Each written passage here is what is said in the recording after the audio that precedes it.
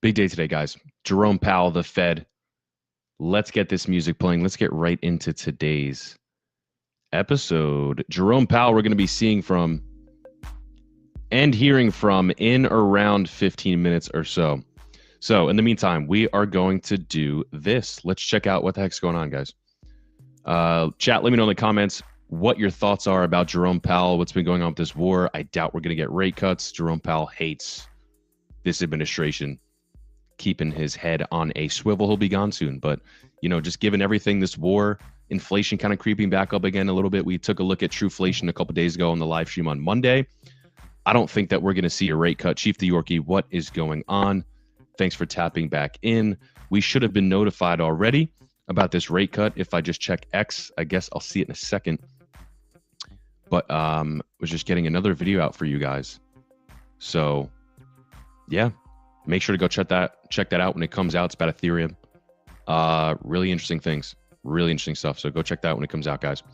But this is the news. We're going to go ahead here. Whoops, the Kabisi letter. What's going on, guys? The Federal Reserve leaves interest rates unchanged, officially halting interest rate cuts for the second straight meeting. Now, who is shocked?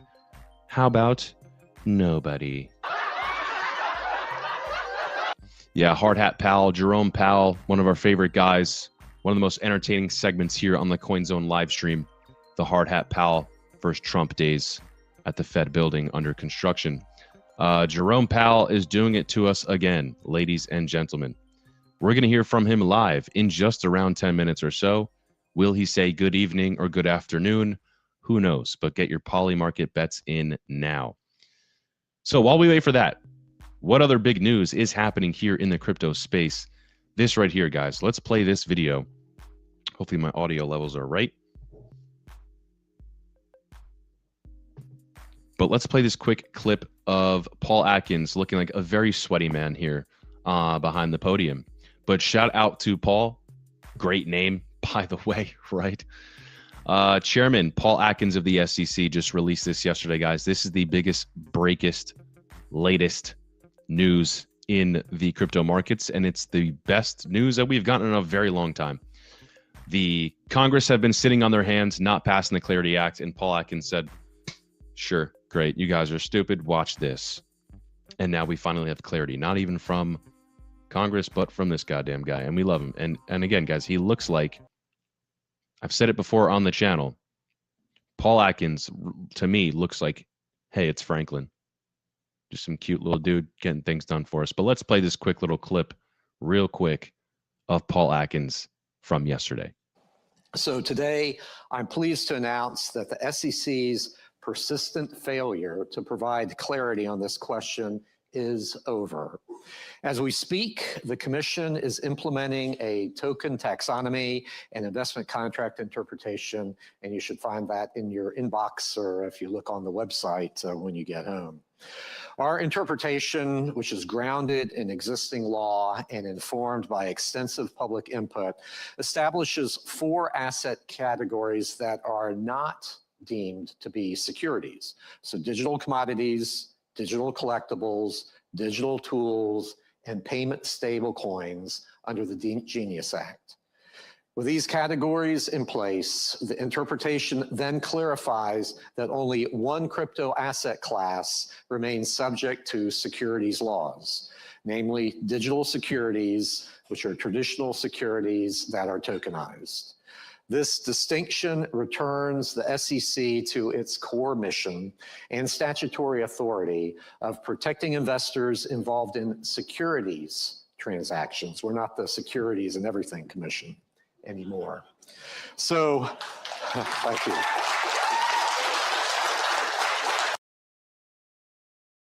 It's a big statement right there, guys. And, you know, again, shout out to Paulie Atkins, our guy. Paulie D, how you doing? Jim Tan Laundry. As you guys know, my name is Paul, and I'm from New Jersey, so I've been hearing that my whole life. That's why I said Paul Atkins, great name. But here is the bigger picture, guys. This is what I really want to talk to you about. Look at the coins in the screen right now. We are not going to have a traditional altcoin season like previous years. From 2017, the ICO days, 2021, right? Where it's like, if you threw a dart at a wall and it landed on crypto project number 35, you probably did well. That's not going to happen anymore, guys. The space is way too saturated. It's over 1 million cryptocurrencies. There's millions, in fact. It's not like all that capital flowing into the space is just going to go to the top 50 and it's probably going to do well. No, right now you have winners and losers. You have institutions and Wall Street coming and picking certain projects and throwing a ton of capital into it. So right now, I would be focused on whatever project is outperforming or is performing well while the rest of the market tanks or does nothing. I would look at projects that are shaking hands with individuals inside the White House, that are getting deals done, that are continuing to grow, develop, do good on their roadmap. They're not shady. Look at the names on this list, guys. The thing with Gary Gensler is Gary Gensler went after cryptocurrencies on this list, calling them securities. So the uncertainty of regulations, what's going to happen with these projects in the future, this is the biggest step that we've ever had in this goddamn space in regards to, hey, what is this? Now, big time investors and retail investors have a lot of clarity and they can say, oh, well, this is a digital commodity. Now I know. Now I have safe, in the back of my head, I have peace of mind when it comes to, hey, I want to make an investment here, but I'm nervous. Now all that's taken away. You got a ton of people now who are looking at these things as genuine investments now. You have Cardano, for example. The SEC and Gary Gensler tried to deem it a security. Well, guess what? None of that anymore. None of that. Paul Atkins did us a solid. But look at the names, guys. If you hold any of these cryptocurrencies, let me know in the comments. I think has to be a huge moment of liquidity roll in there to be a true bull market. My comment got deleted. That's weird. I think it has to be a huge amount of liquidity roll in for there to be a true bull market. Yeah, I mean, you're still going to see money trickle in by institutions. That's always going to happen continuously, as we're seeing, the past couple months or so. Who are the ones that have been exiting the market? Retail. Who are the ones that have been buying? Smart money. It's unfortunate. But yeah, absolutely, Chief Theorky. We're definitely going to see liquidity. But again, it's not going to flow into everything in the space. It's going to be flowing into, like right now, what are the top narratives? You have AI, privacy, real world assets. Anything under those categories can do very well. But again, guys, it's not going to be, everything's going up. You're going to do great. It's whatever asset is standing out and has been standing out for the past year or so, ever since Trump took office, like pay attention. Right now, BitTensor Tau is doing crazy numbers the past month. All the subnets on BitTensor are up over 100%, while the rest of the market's doing nothing. That's something to pay attention to. Last year, when Zcash, Monero, and Dash were doing well because privacy was a thing, that's something to pay attention to. You're going to have outliers. You're going to have things that are standing above other things and have more attention. They've been bigger projects in the past. You got to look out for these things. I like Tau and Avi. Yeah, I do too. You got Avi. And again, guys, if you're new here, to the crypto space, don't let these individuals and these centralized exchanges and these banks, traditional banks like JP Morgan, confuse you and manipulate you into continuing to use their platforms and their rails. No, use Ethereum instead. Use Base instead. If you want to get yield in crypto, there's a million different ways to do it. And you can get better yield than you can with any bank. For example, you mentioned Aave, Chief Theorky. Great platform. What's a way to get liquidity or yield? Not on Ethereum, but on Base, for example, you can use a platform called Liquid Loans. 0% interest. Look into it. These things, you have so many platforms out here. Obviously, some are not good. Some are scams. A lot of scams. Some, people trying to build something, good intentions, but just like a startup, it fails. You got a lot of that going on, but you also have a lot of genuine, really interesting DeFi products that have genuine use cases that are being built correctly with infrastructure and fundamentals and amazing teams behind them. And those are the projects you got to look out for and try and use. Again, it could fail. You're in a space that is very new, still in its infancy stages. But this is the space that will replace all that BS in the TradFi system that we've been dealing with for years. This technology is upgrading our system, the most important system, right? Our financial system, right in front of our eyes. And you guys are, and so many people, maybe not you guys, since you're watching this, you must be enticed. You must want to learn more. You must hold crypto if you're watching. But still, man, all my friends, like the average person, just they don't hold any cryptocurrency. They don't care. It is the wildest thing. To me, this is like getting in on Amazon and Apple and stuff in 2000 and riding it until 2020. If you did that, you did well. That's the thing here, guys. That's like, we talked about Tau, man. I'm about to go like all in on Tau. I'm a huge fan of Tau. Bitcoin, BitTensor, Ethereum, Base. You got a lot of good players out here that are building the future in front of our eyes. Crypto changed my life. Me too, Chief the Yorkie. It's a great comment. Love to see that. Hopefully in a good way. But let's get to it. We're going to see if the Federal Reserve is ready. Federal Reserve Live.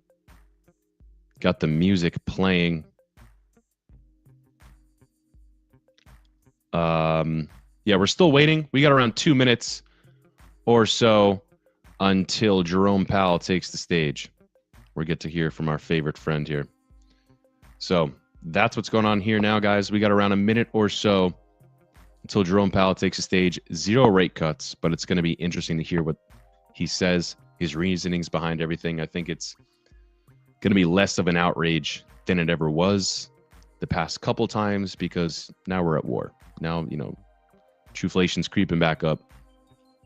I don't think anybody would, call Jerome Powell out for not lowering the rates. I mean, maybe they would. It could still help. It would help probably. But right now, you're not going to have someone super pissed. Oh, you did this, you screwed up. No, we got a lot of things going on right now. Bigger fish to fry. And yeah, I mean, it's going to be interesting to hear what Jerome Powell says. It's going to be interesting to see, when Kevin Warsh takes over and what's going to happen there in the future. And as we wait, real quick, guys, because it looks like we're still waiting another minute or so, I do have a couple other things that I want to show. This right here. This, guys. Okay. This is from Ash Cryptos from yesterday. I was going to make a clip about this. But the alt BTC chart hasn't looked this bullish in 5+ years. 5+. Let's do math, guys. What was 5 years ago? 2021 bull market.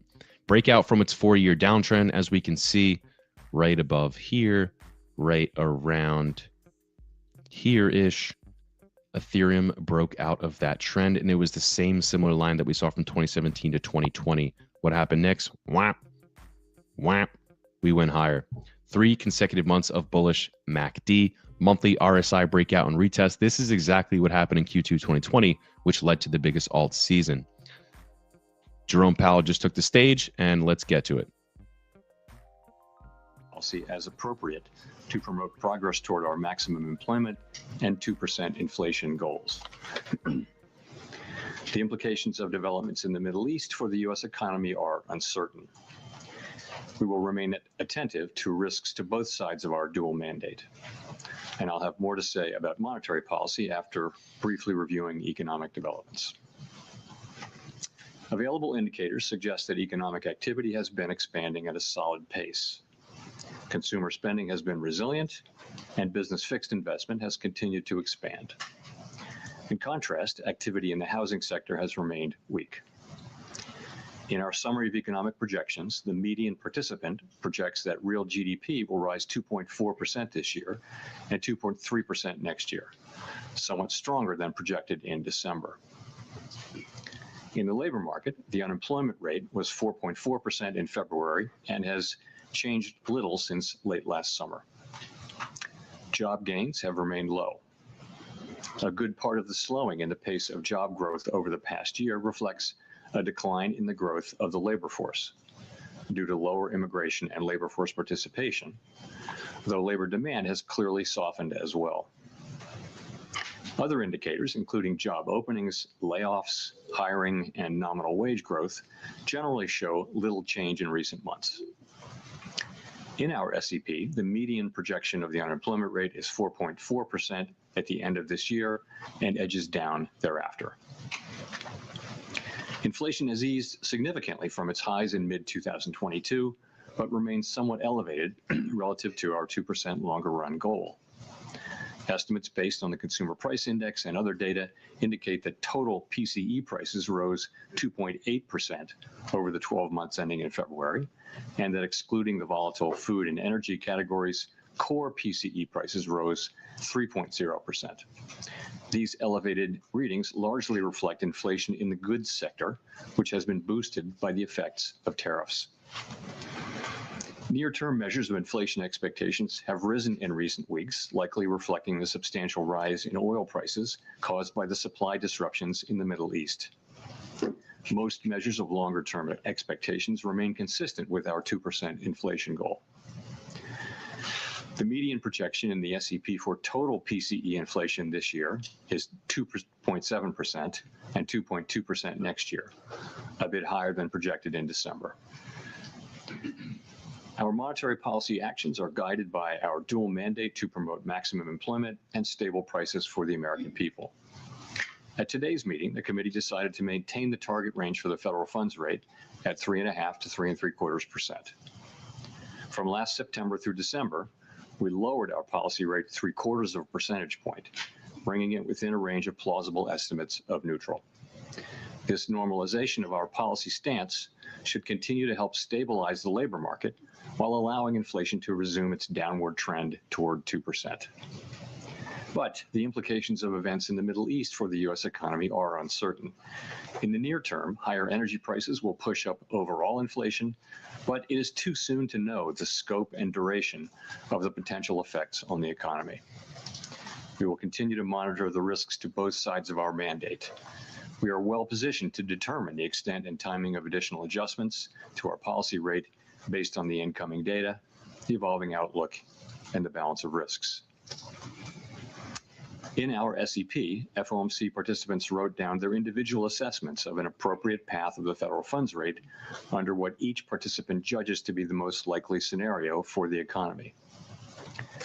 The median participant projects that the appropriate level of the federal funds rate will be 3.4% at the end of this year and 3.1% at the end of next year, unchanged from December. As is always the case, these individual forecasts are subject to uncertainty, and they are not a committee plan or decision.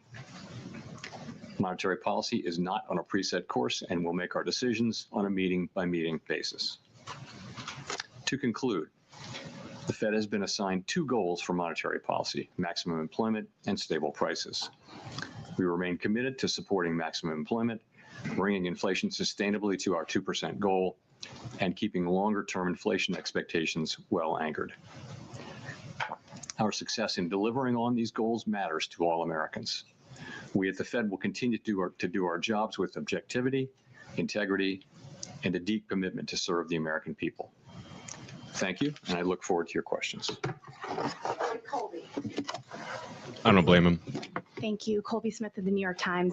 There's been some debate about whether the Fed should look through the inflation that will come from higher oil prices stemming from the Middle East conflict. Is that the right approach at this juncture? And to what extent does the fact that inflation has been above target for roughly 5 years now influence the committee's thinking around this?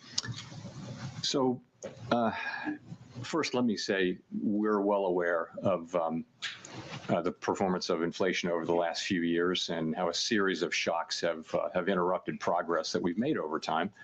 And that happened most recently with tariffs, and now there will be some effects on inflation coming forward. The thing that's really important that we see this year is progress on inflation through a reduction in goods inflation as the one-time effects on prices of tariffs go through the system, go through the economy. That's the main thing we're looking for going into this exercise. And we need to be seeing that to to sort of understand that we actually are making progress, because on net, we didn't make progress. And if you look at total core inflation, it's about 3%. And some big chunk of that, between 1/2 and 3/4, is actually tariffs. So we're looking for progress on that. The question of whether we look through the energy inflation doesn't really arise until we have kind of checked that box. It, of course, is kind of standard learning that you look through energy shocks, but that's always been dependent on inflation expectations remaining well anchored. And I think now it's also dependent on what you mentioned, which is that broader context of 5 years now of inflation above target. We have to keep all of those things in mind. And the question of looking through when it does arise will be one to approach not lightly, but in the context that you mentioned. And just on the S&P, can you help us make sense of why there is still a bias to cut for most officials this year, despite the upward revision to headline and core inflation and the essentially unchanged forecast for growth and unemployment? Just curious, kind of what's the genesis behind the need? What's the need for the cut? Yeah, so there are 19 people, and so 19 reasons, 19 individual submissions, and if you notice, the median didn't change, but there was actually some movement toward a meaningful amount of movement toward fewer cuts by people. So 4 or 5 people went from 2 to 1, let's say, 2 cuts to 1 cut. And each person has individual, stories behind what they want to do. But essentially, it is that the forecast is that we will be making progress on inflation. Not as much as we had hoped, but some progress on inflation. It should come as we start to see in the middle of the year progress on tariffs. Going through once and then tariff inflation coming down. We should be seeing that. And the rate forecast is conditional on the performance of the economy. So if we don't see that progress, then you won't see the rate cut.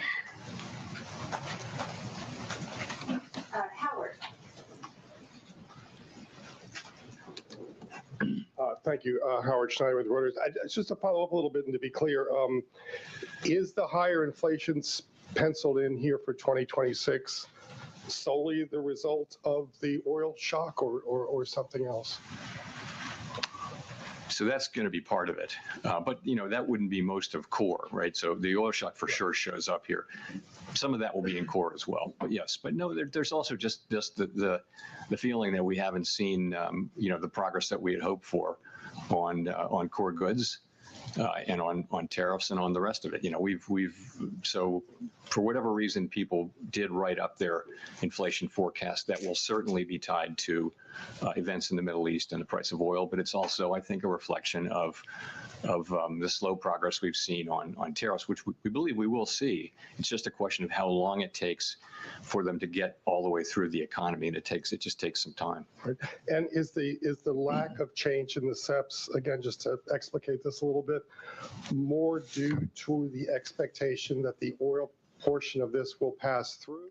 This guy looks like Robert California. Any Office fans out there? He kind of looks like Robert California. Sorry to interrupt. Coming in the form of wealth effects with the stock market down, in the form of gas prices, diverting spending from other parts of the economy.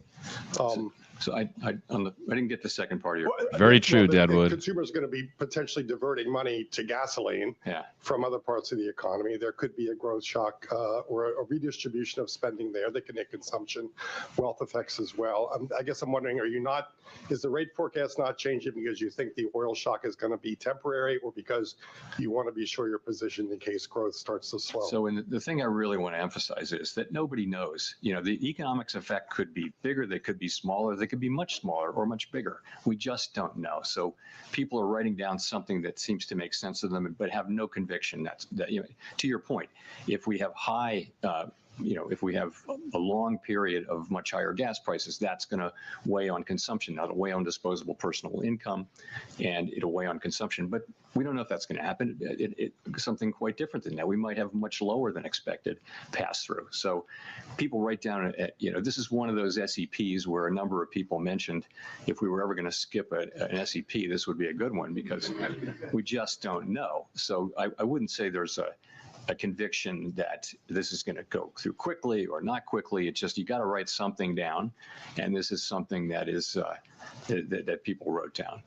And So, and we don't debate how long. How do you do that? We wouldn't be able to debate what the length of or size of these effects would be. We just have to kind of make an individual statement. And also, what you've written down before you'll be reluctant to move too far away from that, just because you don't know. It's so unclear what the direction from this particular end will be. Meanwhile, the growth has been solid, and inflation, the overshoot is mainly from the goods and tariffs.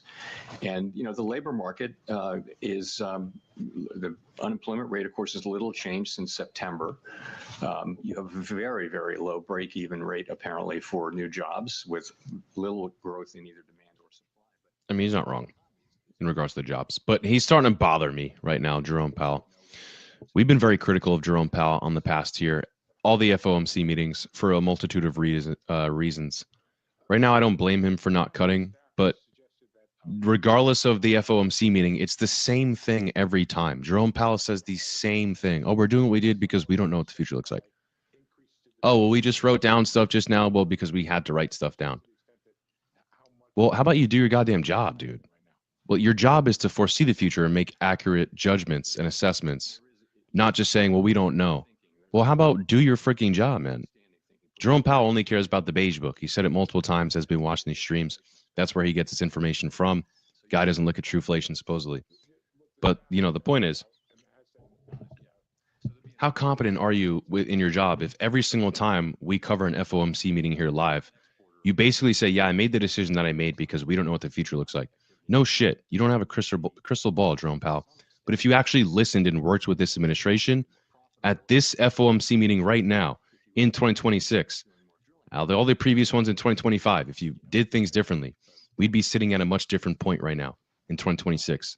But he continues to say, I don't know. Someone's got to get this guy out of here. I don't blame him right now for not cutting the rates again. It is what it is there. But just to sit here and continue to say we don't know, and that's why we're doing what we're doing, it's like, how much confidence are you really instilling into the people right now?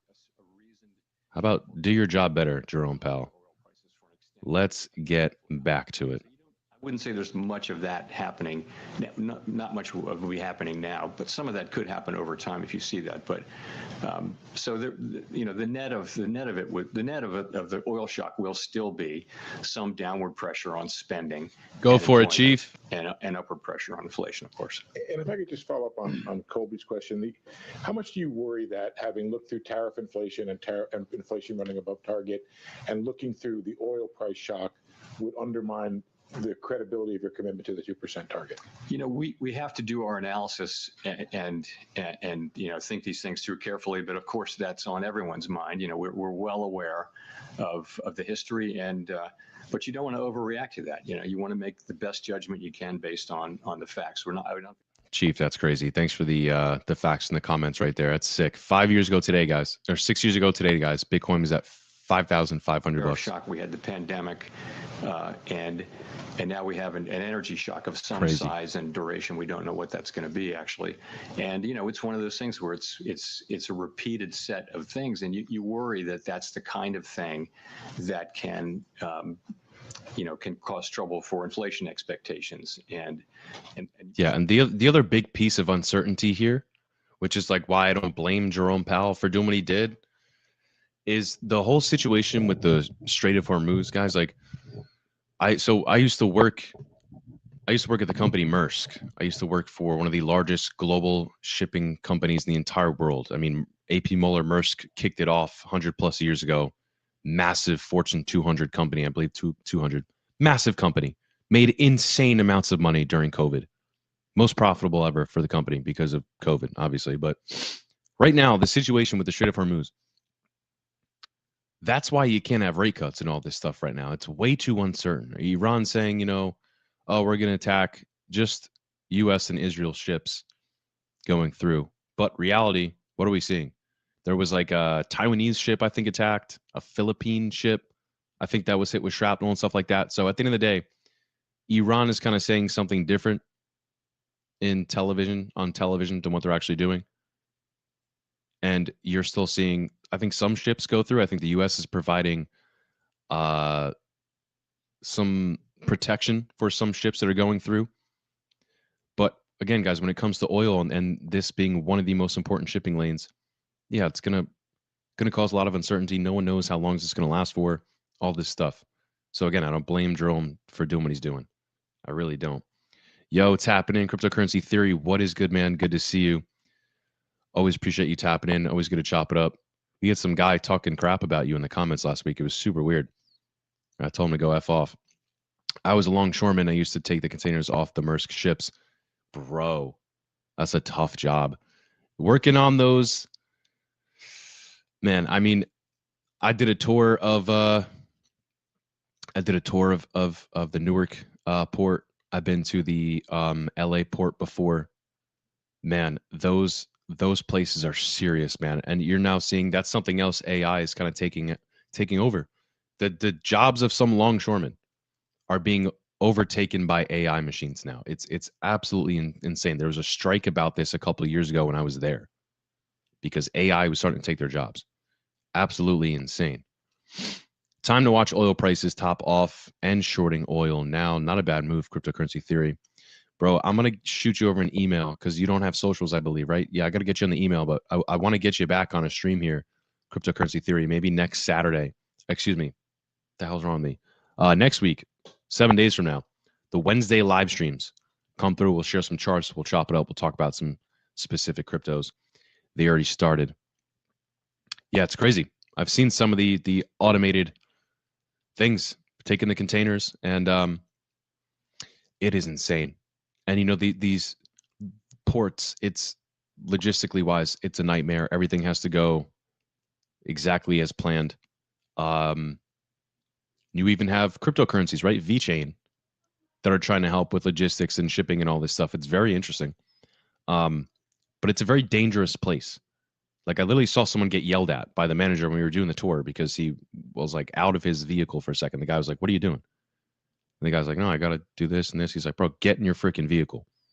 It's like, I literally said to him, like, as we're middle of a tour, he's like, "I don't want to send a letter home to your family." It's like, "Get in the damn car." And then we just continued the tour. It was pretty insane.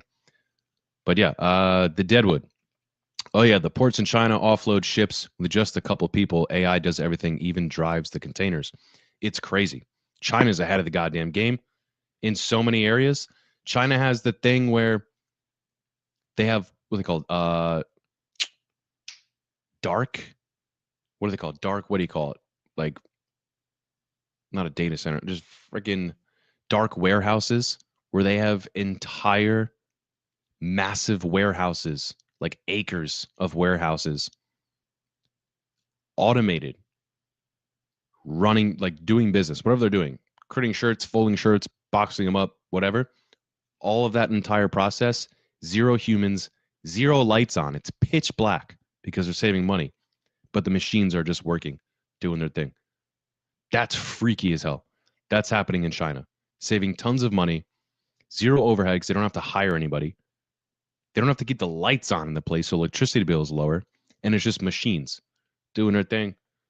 I don't know what the hell they're doing, but like that's what's happening. No one's watching. Pitch black. They're working. China's ahead of it. Scary stuff.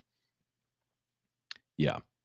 Well, Jerome Powell's going to stop in around 10 minutes or so. We already know what happened. All right. Buddy did not lower the rates. And again, I don't deem that as such a bad thing right now. A lot of uncertainty.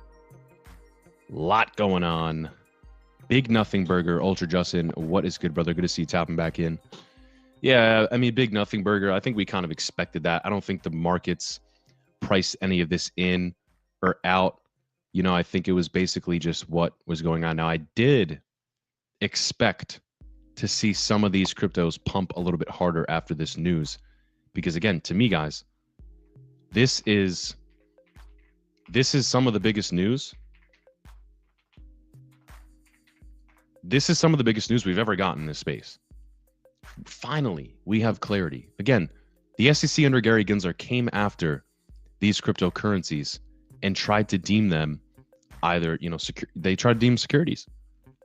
But guess what? Not anymore, bitch. If you hold any of these cryptocurrencies, applaud yourselves in the back because you held through all this uncertainty and your friends telling you, oh, the government's going to regulate it and you're screwed, bro. Sure, brother. Aptos, Avalanche, Bitcoin, Bitcoin Cash, Cardano, Chainlink, Dogecoin, Ethereum, Hedera, Litecoin, Polkadot, Shiba Inu, Solana, Stellar, Tezos, and XRP are all now legitimately and in the eyes of the law commodities. That is freaking huge.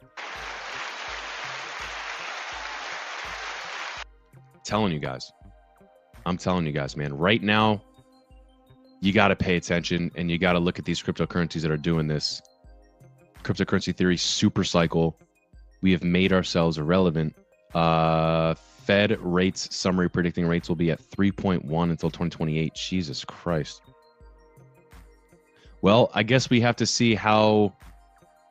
See, all this to me now, all this crazy news and this information, right? All this is contingent on if Elon Musk is right about the productivity levels that AI and robotics can bring into our lives. Inflation doesn't really matter that much at 3.1%. Obviously, what if it was much higher, like we saw under the Biden administration, 40-year high inflation? But if Elon's right about the productivity that we can get from robotics and AIs and saying that we're going to have universal high basic income and you don't even have to worry about saving for retirement in 15 years and you're going to be given an income, you might not even have to work a job in the future. All that sounds batshit crazy, right? But think about it.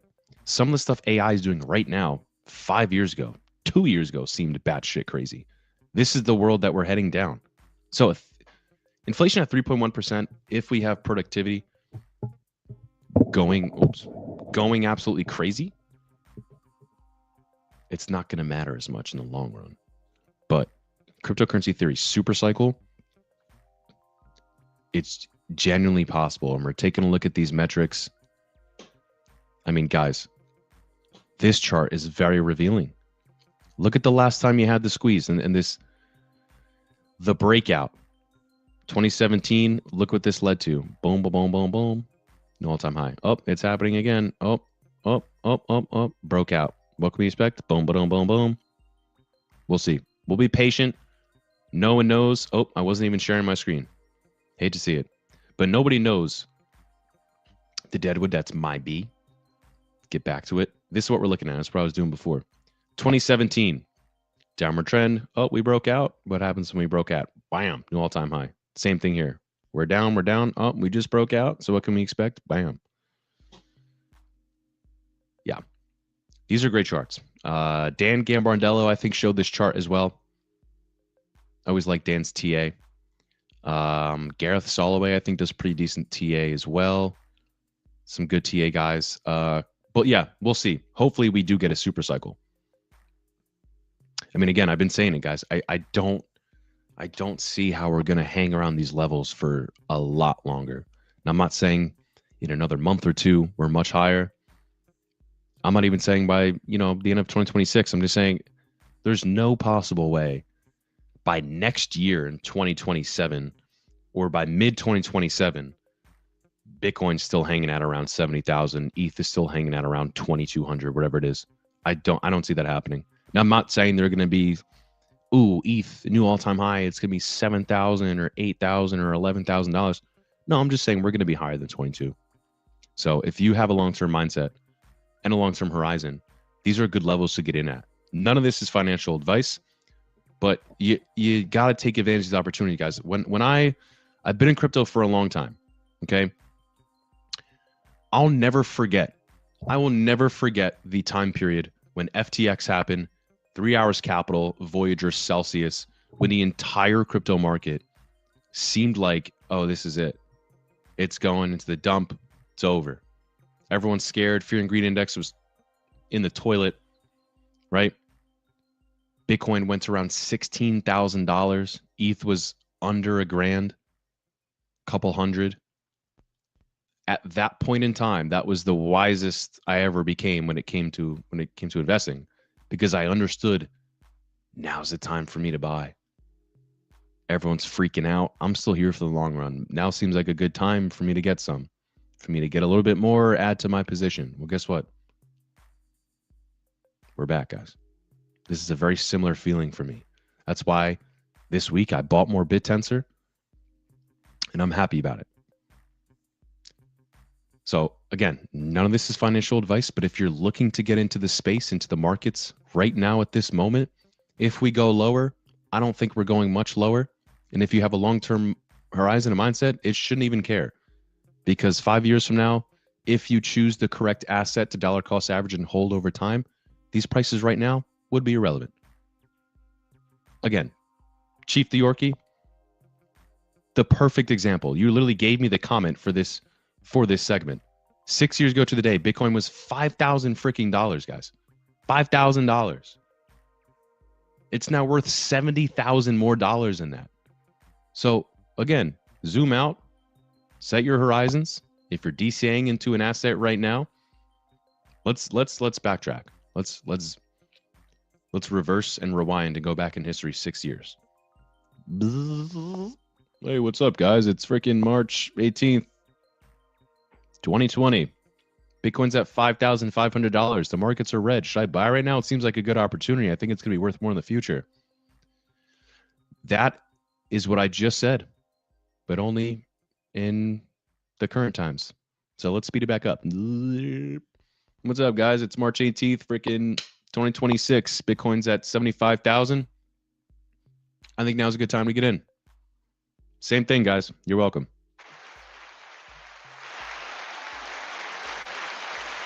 Yeah, and this is another reason. Hyperliquid, cryptocurrency theory.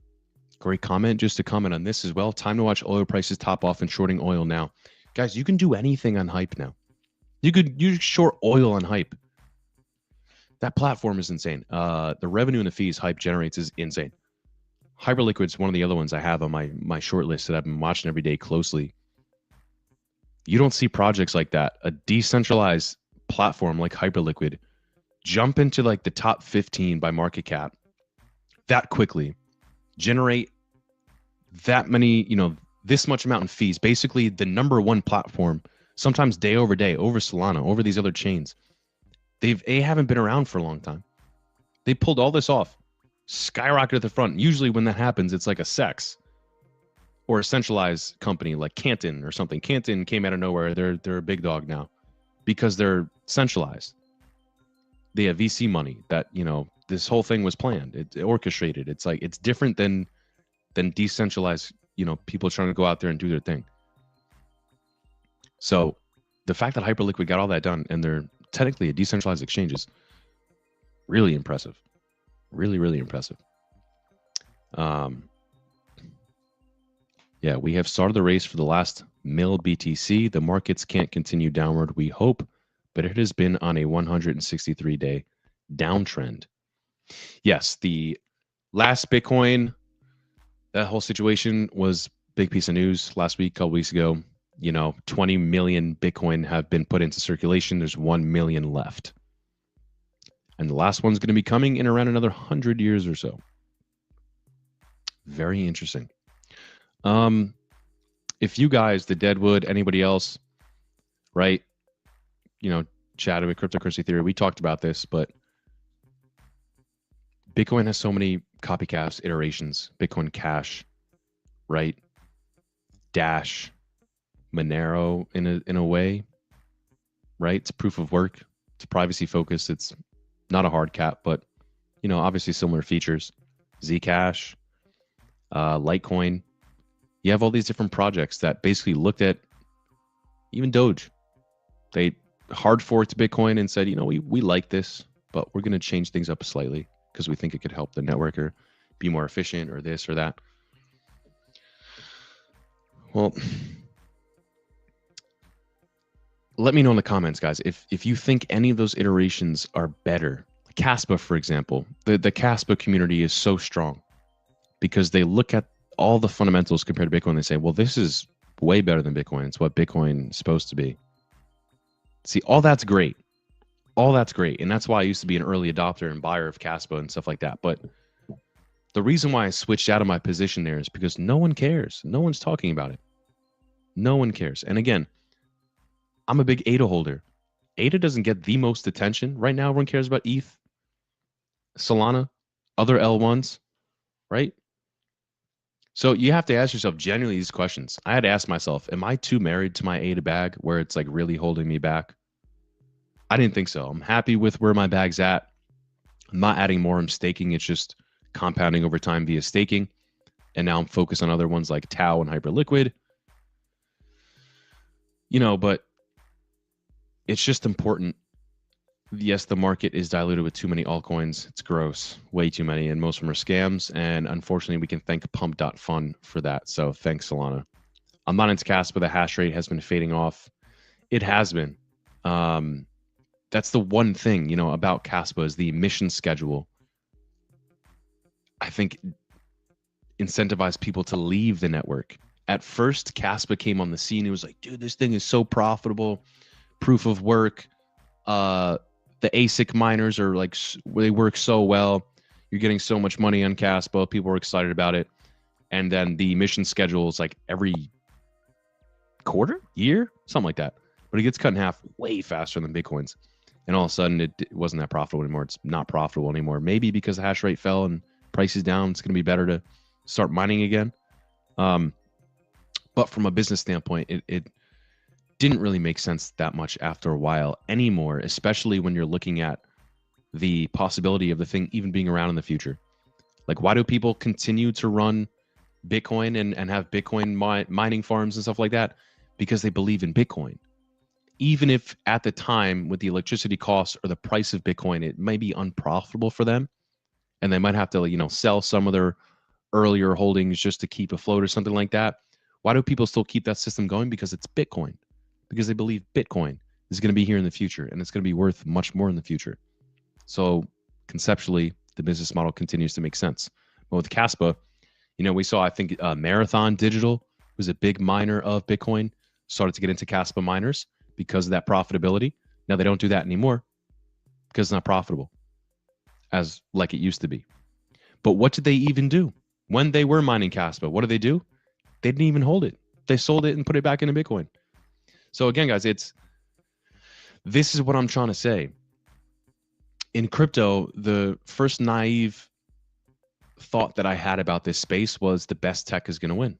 That's the whole point, right? That's why I invested in Cardano in the first place. I'm like, oh, this seems superior than Ethereum. I get the whole concept. Cardano says they're trying to be better. Like, okay, so that makes sense. Like, let's bet on the horse that's, the current best version of, the previous ideas. Well, it turns out, it doesn't matter who has the best tech. Not even close. Doesn't matter at all. There's a lot of good tech in this space, but there's also a lot of VC money pumping up something else over here. And a lot of marketing that this project has spent. So now people know them, because of this. Even though the chain goes offline a couple times a year and people get hit with sandwich attacks and lose their funds all the time on that chain. Well, guess what? People are interested in that because they crushed marketing and they moved fast and they broke things. Well, guess what? When we're talking about money and creating a new financial system, sometimes you can't move fast and break things, guys. So it just depends on how you look at it, what your risk tolerance is, the metrics and the things that you look for when deciding to go into an investment. Now, with crypto, guys, this isn't like putting some money on Apple or Palantir or Cerebras, a new stock that's going to IPO soon that is pretty interesting to me. This is way different. This is cryptocurrency. These are blockchain technologies. It's a technology that didn't even exist 20 years ago. And we're all betting and throwing money at it. So this isn't like, look at it, say, like, for example, quarterly earnings. Does crypto have that? No. The things that, the metrics that investors use, you got to throw that out the window when it comes to crypto if you're a Wall Street guy. Things are way different. Things are way different. The metrics that we use to determine whether something's going to be successful or not, or currently successful or not. Scam coins is why I run Scam Sniffer and Pocket Universe. They help you see what the contract does before it liquidates you. Interesting. Scam Sniffer and Pocket Universe. The Deadwood putting us on game, bro. I appreciate it. That's good to know, guys. Scam Sniffer and Pocket Universe. So I guess they look at the smart contract and find any vulnerabilities, or I'm assuming one thing it does, if there's a high concentration of token holders that, might be even the fucking the developers, the thing itself, then yeah, that's probably something that's going to tell you like, hey, Like I remember I've talked about virtual protocols tons of times in the stream here. I like it. I think it could be doing big things. Base AI agents, transactions, huge. Right up the alley for what's going to be big. But at the same time, looking into it, I think like close to 50% of the token holdings are concentrated. That's scary. I don't want to trust that. So at the end of the day, guys, like tons of opportunity here in crypto. You can either trade and lose your money that way or actually make money that way. I know a couple traders who do good. But mostly people just lose their money. Or you could be a long-term buyer and holder like myself. I've swung trade a couple times. My biggest flex in regards to swing trading is like an 8-9x. I turn around $800 to around $7,000 on Cardano with a meme coin called SNEC. But for me, guys, I'm trying to buy assets that I think are going to be massive and huge in 5 and 10 years from now, and just DCA into them. And Bitcoin's the most obvious one. Obviously Ethereum. Outside of those, I think it gets a little bit more riskier. And yeah, but that's basically it. Let me look at mining, CAS mining profitability. If you go to forget the website I used to use to look at all the different ASIC miners profitability and all this stuff, the ant miner. This one's fire. The big beefy ones are always going to do good. The Bitmain Antminer K7S, 40 terabytes, Jesus Christ, is the only profitable device on Caspa. Totally makes sense to me. What to mine? Great platform. Yep, what to mine. Now, I used to have an Ice River KS0 Pro.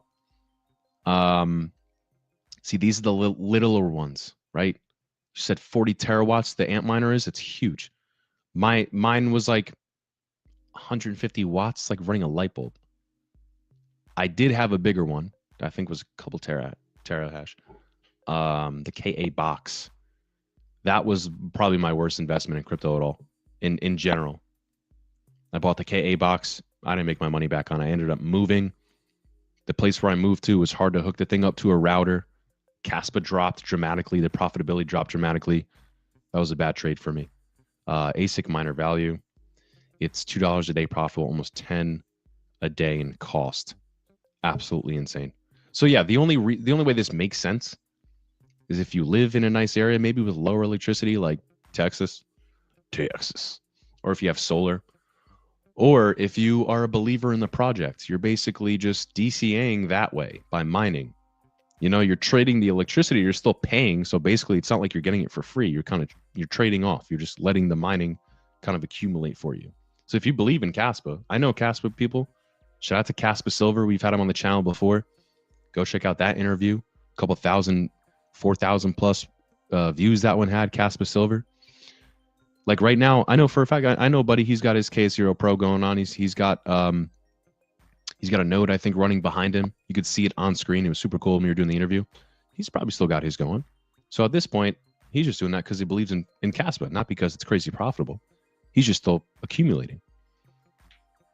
But you guys, to me, I used to be big into mining, but to me, it's a kind of a waste now. Unless like you have a serious business model, you genuinely enjoy doing it. There's some really good mining channels out there, like the Hobbyist Miner, Red Panda Mining, Brandon Coin are 3 channels I really like.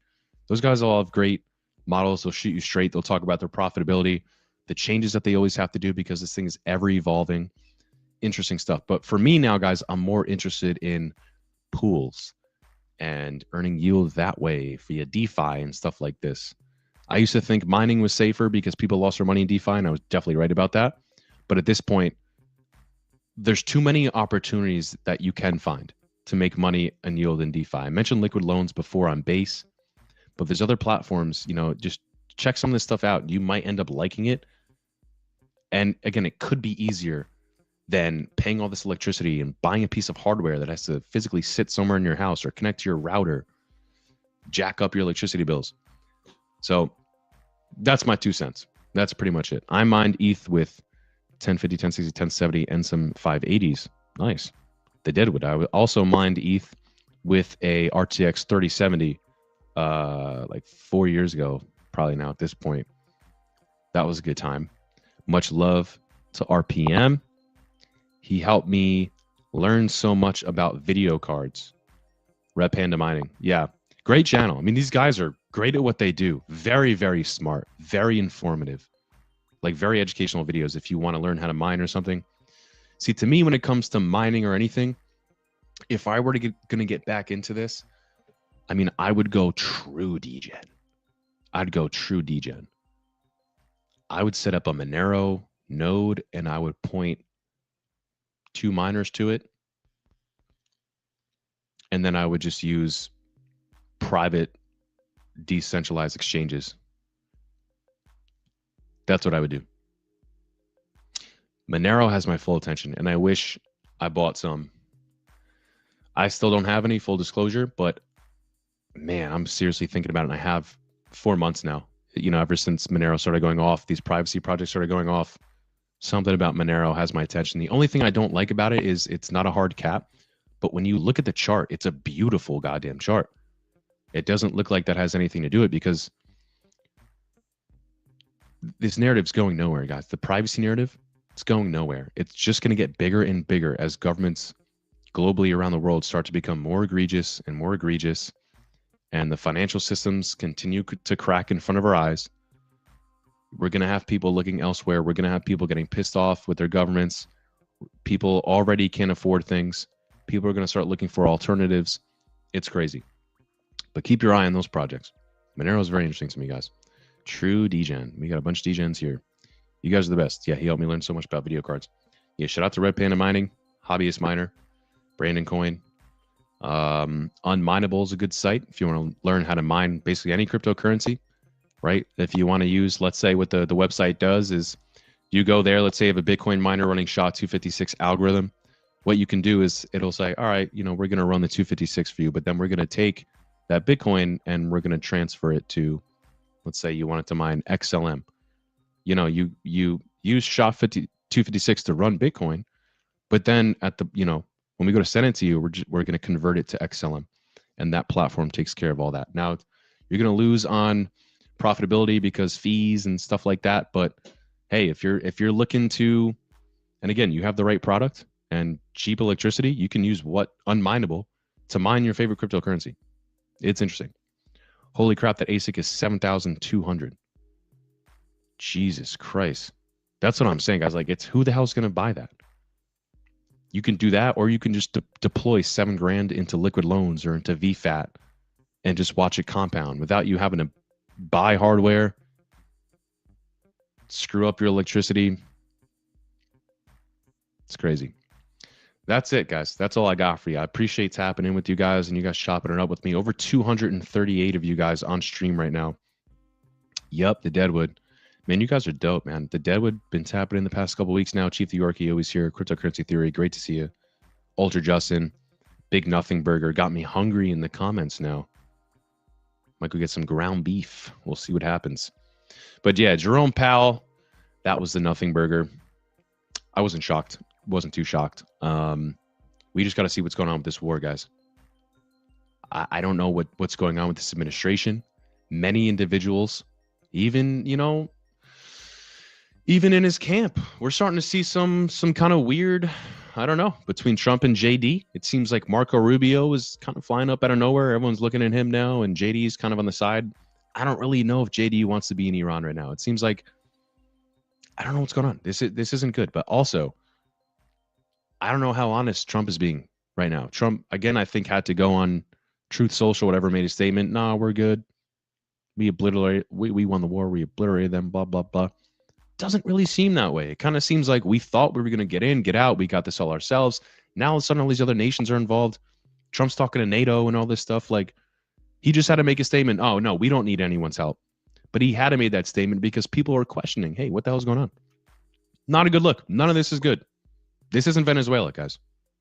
This is pretty bad. Hopefully it ends soon. Hopefully we know the truth soon. And guys, if you're thinking, you know, you're on one side or this side of the war or that side of the war, give it some time. Give it years. Because as we know, most other wars that we ever got into, it was all based on BS propaganda. Don't be ignorant. and naive and just eat up whatever they're telling you. Because normally, years later, when the dust settles, what we thought was true was actually not true. That normally happens. So whatever they're telling you on the news right now, who knows? Could be true. For me personally, I think this war has a lot to do about the threat of Iran in the future, and Trump just saying, you know what? Let's not kick the can down the road. I'm going to take care of this now. Me with this military, we're taking him out. Let's do this now. Not worry about in 4 years from now if the Democrats are back in. What are they going to let Iran do whatever the hell they want? Maybe. Screw that. I love America. We're fixing this now. That's where I think Trump's head is at. And I think he also did it strategically because of China. I think a lot of this has to do with a dominance play. This whole thing is the United States making sure, and Donald Trump making sure, that the United States is still a dominant, massive powerhouse in the world over China. Yeah, it's not about America. It's about Israel. Yeah. Chief the Yorkie. That's the other thing. It's and rest in peace, Charlie Kirk. And he'd be rolling over in his grave right now if he honestly saw that we were at war in the Middle East and possibly deploying troops. That's one of the reasons why he said he was backing Donald Trump, is because he said he would bring us peace in the Middle East. But yeah, you got people questioning why are we there? Why do we have to fight this war on behalf of? Yeah, but let's not go down this crazy route. We had a good talk about cryptos today. Jerome Powell, shout out to him. But yeah, guys, we'll see what happens. Chief the Yorkie, you're definitely right, man. I don't know if we know the full story. I don't know if we ever will. It's sad. Shout out to all of us, man, going through, living through some crazy times. In the midst of all this, we got robots playing tennis. I don't know if you guys saw that. These AI, these robots, I don't know if you saw, this thing was out here looking like freaking champion pickleball player. Robots can literally do anything now. They're doing backflips. They're washing your house. They're playing tennis. They're doing podcasts with Andrew Schultz and the Flagrant team in the middle of a war. You got Amazon. Oh, we're now doing flyby, 1 day deliveries, same day deliveries. Who the fuck cares, guys? We're still at war. Our quality of life is still decreasing every day. We can't afford things. Do we really care about if a robot can play tennis or if Jeff Bezos can get me my freaking Amazon package in less than a day? No, bro. How about I'll wait 3 days if I can freaking afford healthcare? That's the real thing. And just to end it, who made this situation happen? The Fed and the central banks for ruining our money. Who can fix that? Cryptocurrency and blockchain. And that's why we're here. And that's it for me, guys. Chief the Yorkie, the Deadwood, Ultra Justin, Cryptocurrency Theory. You guys are the best. I'll see you again on Friday. Shout out to Hard Hat Pal. His days are numbered. That's about it for me, guys. Another video coming out soon. It might be out already. Go check the channel. Make sure to like the video, share it, sub to the channel if you haven't already. Appreciate all you guys for tapping in. I'll see you again on Friday. Take care.